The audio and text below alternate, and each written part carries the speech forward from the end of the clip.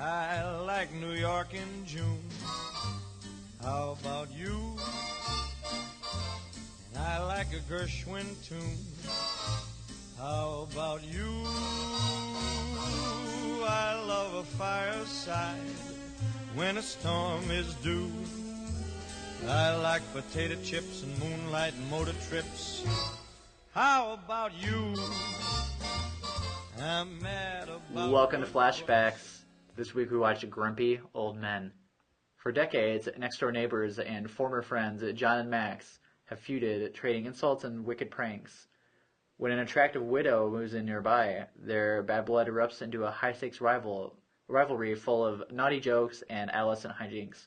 Will this love triangle destroy the two old grumps, or will the geriatric odd couple overcome their differences and rediscover their friendship? Way to throw odd couple in the synopsis, right? Do you want to move those keys? These keys? Yeah. You can have them. It's a baby's favorite joke. Ching-ching. Jack Lemmon and Walter Matthau have been in a lot of movies together. They're really good together. They the way they play off each other is really great. They're both great actors, which helps. I think that maybe Walter Matthau might be a better comedic actor than Jack Lemmon, but Jack Lemmon is a fucking giant in my mind. Like, I don't get sad when people die. I was kind of sad when he died. Jack Lemmon doesn't die. No, he just fades away.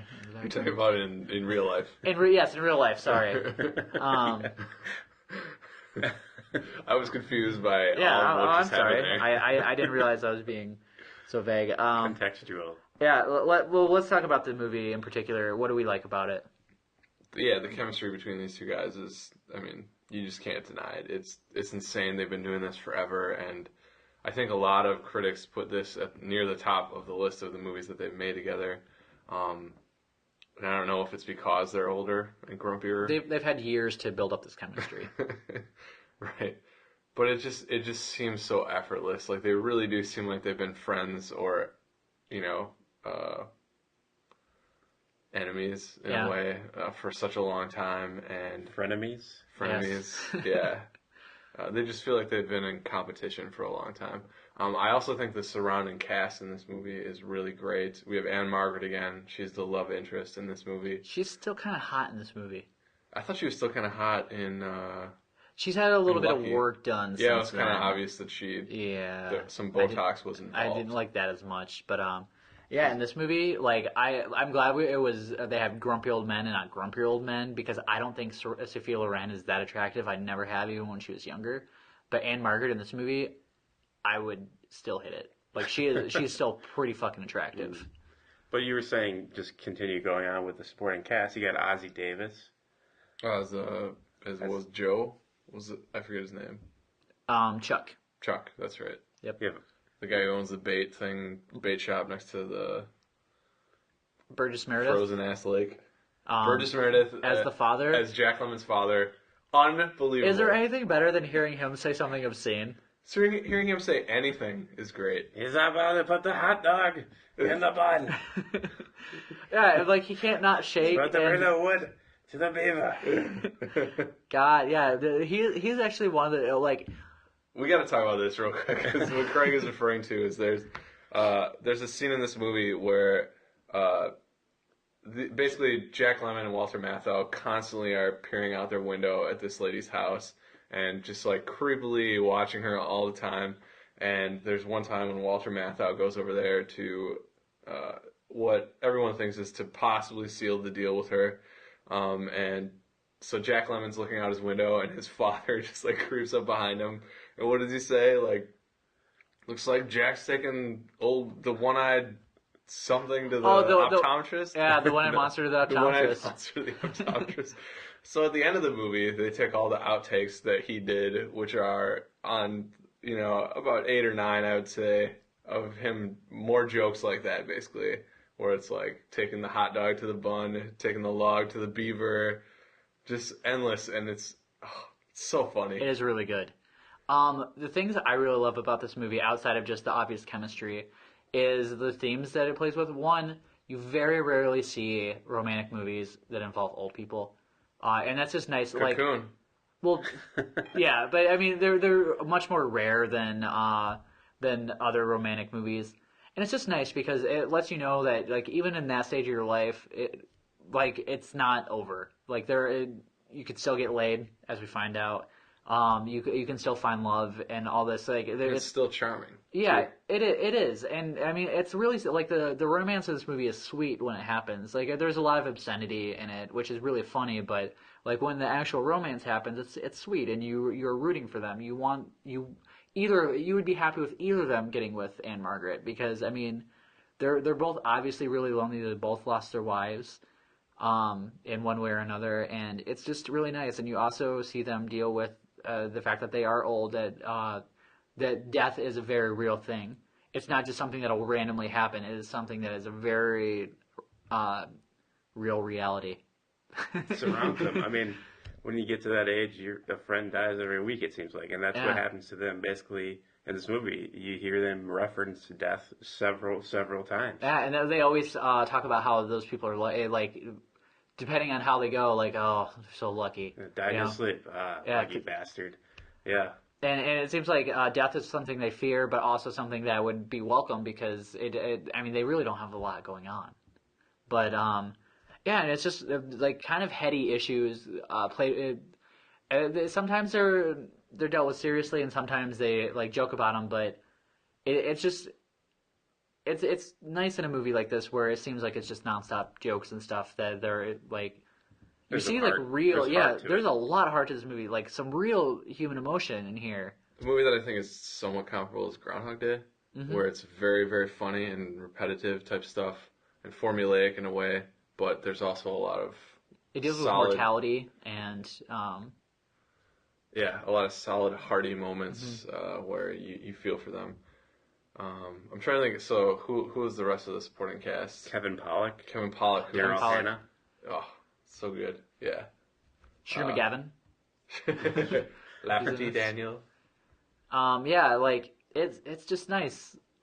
This is one of those movies that you can always put on in the background, or like you can put it on the background, or you can pay attention to it, and you're gonna be happy either way. You've seen it before, and if you haven't, then you should. Why would you not watch? Like, you might not watch it because I don't want to watch a movie about old people. It is hilarious. It is as fresh now to me as it was when I watched it back in '93. Another thing I like about this movie is being from the Midwest. It's not overly stereotypical about Midwesterners. I mean, they play off a lot of ice fishing and these old men wearing plaid and being concerned about the size of the fishes that they catch. But I don't think it's off-putting by any way or like not representative of Midwesterners. What do we not like about this movie? Kevin Pollak could have had a slightly bigger part in it, or he could have met my expectations. He seemed, whenever Walter Matthau would talk about him, he always seemed like the son who he's running for mayor, so he's never around. Like, he always wants to visit with him, but he never has time to. And I thought that's the way they were going to go with it, but then. No, and that's the thing, is like, they either needed to have more of him, or they needed less of him. But I think they're fine. Like, you have Daryl Hannah and Kevin Pollak in these very, really small roles, and maybe they spend 5 to 10 minutes on screen. But you still feel... And they do a good job of nailing it. They make it, you don't feel like you've lost time with them. I mean, they make you feel like they've been with you for the movie. It's just dumb. Like, he's got so much potential for anything to, like, really build it up, and here he's just this kind of... He's small potatoes in this movie.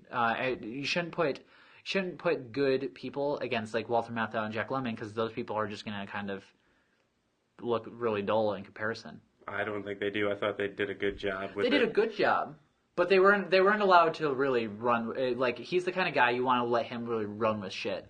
And he's a character actor. I don't. This is a picky. Yeah, this is a really picky. Yeah, it is so hard to find anything wrong with this movie. Here. Yeah, it is so hard to find anything wrong with this movie. I just wanted to be sure. This is the one thing I find to be wrong with this movie. I think they should have picked somebody who was a little less good to play this character. Yeah, which, I mean, that's such a stupid complaint. Yeah, it is a stupid complaint. But it's because I like Kevin Pollak so much, and I know what he's capable of, and to put him in such a small role, like, why not just... You could have run the movie under budget by putting somebody else. Well, let's go ahead and rate this movie. Yes. Yeah, I'm gonna give this I'll give it a 4.5. It's between a 4 and a 4.5 for me. But yeah, I feel like I watched this movie. What year did this come out? 1993. I think I watched it a year or two after that, and I was a pretty young lad at that time and watched it with my parents. I feel like any generation can get behind this movie, and it just works across the board. So it's super fun, definitely worthy of a sequel, even though the sequel's not nearly as good. But definitely watch this movie. Check it out. Yeah, this movie's great. I mean, it's so much fun to watch. Jack Lemmon and Walter Matthau together, and then you throw in Burgess Meredith on top.